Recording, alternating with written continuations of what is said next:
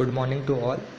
Depreciation account हमारा चल रहा है। डेप्रिसिएशन में हम लोग बात कर रहे थे कि किस तरीके से मर्चेंट अकाउंट बनाया जाता है, किस तरीके से डेप्रिसिएशन अकाउंट बनाया जाता है, प्रोविज़न अकाउंट किस तरीके से बनाया जाता है।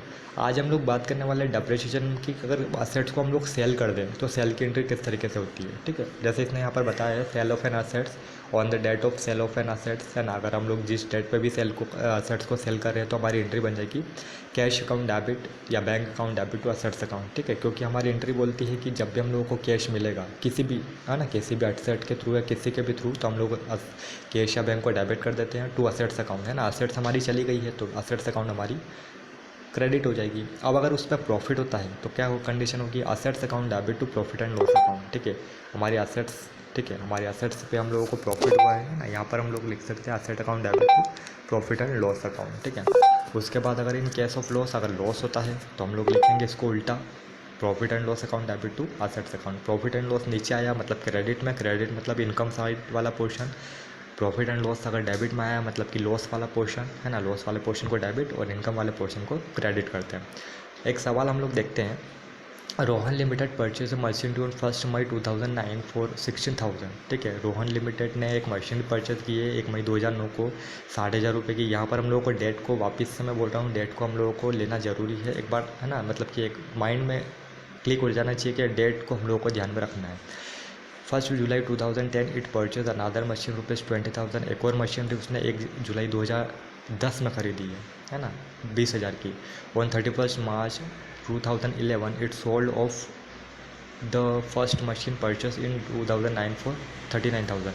जो मशीन हम लोगों ने पहले साल में ख़रीदी थी मतलब 2009 में, उस मशीन को वो 2011 में जाकर कितने में सेल कर रहा है, 39,000 में, है ना। मतलब डेप्रिसिएशन माइनस करने के बाद में हम लोगों को देखना पड़ेगा कि एक्चुअल वैल्यू कितनी बची है और वो सेल कितने में हो रहा है, तो प्रॉफिट एंड लॉस का हम लोगों को पता चल जाएगा। Depreciation is provided in 20% on the original cost each year. ठीक है, डेप्रिसिएशन हम लोगों को 20% के हम हिसाब से हम लोगों को लगाना है ओरिजिनल कॉस्ट को ईच ईयर पे। Accounts are close each year on 31 December. 31 दिसंबर के दिन हमारे अकाउंट क्लोज होते हैं, मतलब कि हमारा कैलेंडर ईयर चल रहा है। Show the machine account 2009 to 11। हम लोगों को मशीन अकाउंट बनाना है 2009 से 11 तक। ठीक है, सबसे पहला काम, यहाँ पर हम लोगों को जनरल एंट्री नहीं दी गई, लेकिन हम लोगों को पता है कि जनरल एंट्री किस तरीके से की जाती है। सबसे पहले हम लोगों को एक काम करना है, क्या, मशीनरी अकाउंट बनाना है। मशीन अकाउंट का फॉर्मेट हम लोगों को सभी को पता है, वही पोर्शन बनाना है, date particular JF amount, date particular JF amount. एक तरफ साइड वाला पोर्शन हमारा डेबिट का, एक तरफ हमारा पोर्शन क्रेडिट का। ठीक है, सबसे पहले हम लोगों ने मशीनरी खरीदी 1 मई के दिन, 1 मई 2009 हम लोगों को दोनों तरफ लिखना है क्योंकि हमारा ईयर है 1 मई, है ना। डेबिट साइड में हम लोग एंट्री क्या करेंगे, सबसे पहले जनरल एंट्री क्या बन जाएगी इसकी, मशीनरी अकाउंट डेबिट, है ना। असेट्स का हम लोग जब भी खरीदते हैं तो machinery account debit to cash या बैंक, है ना, कैश के थ्रू अगर पेमेंट हो रहा होगा या फिर बैंक के थ्रू तो कैश या बैंक अकाउंट हमारा क्रेडिट हो जाएगा। तो मशीनरी अकाउंट बना रहे हैं, मशीनरी हमारी डेबिट में, उसके सामने वाले पोर्शन को भी हम लोग क्या करें, 1 मई के दिन डेबिट कर देते हैं, कितना, 60,000 रुपये पे। फिर हमारा डेप्रिसिएशन वाला पोर्शन 31 दिसंबर को हम लोगों को डेप्रिसिएशन लगाना है। 1 मई के दिन हम लोगों ने अगर मशीनरी खरीदी है तो सबसे पहले तो हम लोग देखो कि कितना टाइम हो रहा है, मई, जून, जुलाई, अगस्त, सितंबर, अक्टूबर, नवंबर, दिसंबर। ठीक है, कितने, 8 महीने। 8 महीने का हम लोगों को क्या करना है, डेप्रिसिएशन लगाना है। तो सब 60,000 का 20% निकालेंगे तो आ जाएगा 12,000। ठीक है, 12,000 इंटू 8/12, मतलब कि 8 महीने का हम लोग जब डेप्रिसिएशन निकालेंगे, इसको जब कैलकुलेट करेंगे, यहाँ पर मैंने कैलकुलेशन बताई हुई है, ये आपके 40,000 की वैल्यू है, 40,000 का 3,000 का हम लोग क्या करना है, ये तो सेल की बात हो रही है। ठीक है, यहाँ पर हम लोग क्या करेंगे, जब कैलकुलेट करेंगे तो 8,000 हमारा डेप्रिसिएशन आ जाएगा, है ना। अगले साल वो 12,000 लगेगा क्योंकि यहाँ पर हम लोग 1 मई से ले रहे हैं, तो मई से लेके दिसंबर तक 8 महीने काउंट हो रहे हैं। ठीक है, उसके बाद वही बैलेंस निकालने का काम, 60,000 में से 8,000 माइनस कर देंगे, 52,000 हमारा बैलेंस आ जाएगा। इस बैलेंस को हम लोगों को अगले साल में ट्रांसफ़र करना है 2010 1 जनवरी टू बैलेंस BD 52,000। चलो 2010 में तो हम लोगों ने कुछ भी नहीं किया है। 2010 में हम लोगों ने कोई मशीनरी नहीं खरीदी है, एक और मशीनरी खरीदी हम लोगों ने 20,000 रुपये की थी। ठीक है, उसकी एंट्री कर देते हैं टू बैंक सेकंड मशीनरी 20,000, 52,000 और 20,000। अब हमारी मशीनरी कितने की हो गई है, 72,000 की है। ठीक है, अलग अलग हम लोगों को निकालना है bye depreciation account. Machinery first 12,000 ठीक है। और मशीनरी सेकंड 2,000 रुपये। 2,000 कैसे, 20,000 का 20% निकालेंगे 4,000, और 4,000 और ये खरीदी हम लोगों ने जुलाई में, तो जुलाई से दिसंबर हमारा कितना महीना हो गया, 6 महीने। तो जुलाई से दिसंबर के हम लोग 6 महीने की काउंटिंग कर लेंगे। 6 महीने का हम लोगों को डेप्रिसिएशन लगाना है 2,000 रुपये, ठीक है। टोटल डेप्रिसिएशन कितना लग रहा है, 14,000 रुपये। फिर बैलेंस निकालेंगे फर्स्ट और सेकेंडरी मशीनरी का। फर्स्ट मशीनरी का हमारा बैलेंस आ जाएगा 40,000 रुपये, और सेकेंड मशीनरी का हमारा बैलेंस आ जाएगा 20,000 माइनस 2,000 18,000। टोटल बैलेंस हो जाएगा 58,000। 14,000 प्लस 18,000 72,000, और इधर भी 72,000 रुपये। फिर 2011 बैलेंस ट्रांसफ़र कर दो।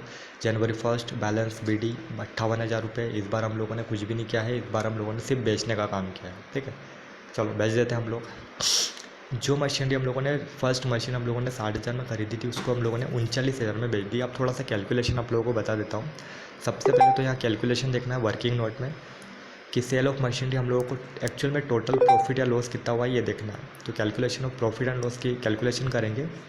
बुक वैल्यू कितनी की थी हमारी 1 जनवरी 2011 के दिन, 40,000 रुपये की, है ना। 40,000 कैसे आए, 60,000, है ना। अगर इसकी बात करें, 60,000 की हमारी मशीनरी थी। 60,000 की मशीनरी पे हम लोगों ने क्या किया है, एक बार बैलेंस लगाया 8,000 रुपये, और एक बार बैलेंस लगाया है 12,000 रुपये। तो 8 और 12 20,000। तो 60,000 की मशीन हमारे कितने की रह गई 2011 के दिन, 40,000 की, ठीक है। अब 40,000 में से हम लोग को उस साल का भी डेप्रिसिएशन माइनस करना है, क्योंकि उसने बेचा कितनी तारीख को है, उसने बेचा है मार्च 2011 में, मतलब कि पूरा मार्च जाने के बाद में बेचा है, ठीक है। तो 3 महीने का हमारा डेप्रिसिएशन लग जाएगा, जनवरी फरवरी और मार्च। तो 3 महीने का जब हम लोग डेप्रिसिएशन लगाएंगे 60,000 का 20% 3/12, तो 3,000 निकल जाएगा। तो 40,000 में 3,000 और डेप्रिसिएशन के माइनस हो गए। अब हमारा बचा 37,000 रुपये।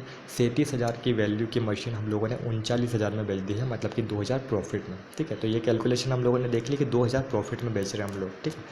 चलो अब हम लोग मशीन अकाउंट पे चलते हैं।